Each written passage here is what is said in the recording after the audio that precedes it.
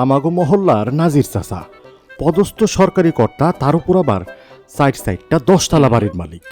হঠাৎ কইরা চাচার বেশভূষণ বদলে যাওয়ায় আমরা পড়লাম মহা কৌতূহলে।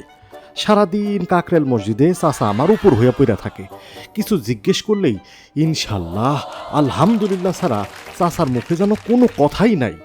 চাচার পোলাপান যতগুলা হইছে, আল্লাহ রহমতে তার একটাও মানুষ হয় নাই, বউটাও তার নিয়ন্ত্রণের বাইরে।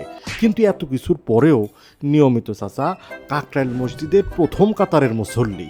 আজান দেওয়ার 2 মিনিট আগে গিয়া মসজিদের দরজায় গিয়া ঠক ঠক করতে থাকে। তাহলে ঘটনা শোনেন একটা। মহল্লায় একদিন চুরি হইল।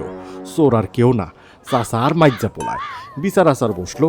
সবাই এই মর্মে বিচার ভাঙলো যে নজির মিয়া যেহেতু সারাদিন কাকরেল মসজিদে নামাজ পড়ে, তাই তার পোলারে মাফ করুন দেওয়াই যায়। সবাই উৎসাহ নিয়ে বলল, হ ঠিক ঠিক, হের পোলাডারে মাফ করে দেওয়ানি যায়। আচ্ছা, এই যে গল্পটা কইলাম, এটা কওয়ার কারণটা কি? গল্পের একটা প্রেক্ষাপট আছে। প্রেক্ষাপটটা হচ্ছে, গত 16 বছরে যে যাই করুক, জুলাইতে যেহেতু প্রোফাইল লাল হইছে সেহেতু সে নিষ্পাপ। আগে পরে কি করছে না করছে দেখার কোনো দরকারই নাই। খালি দেখবেন আগস্টে সে মিছিল করছে কিনা, ফেসবুকে ছবি আপলোড দিছে কিনা, ইত্যাদি ইত্যাদি ইত্যাদি।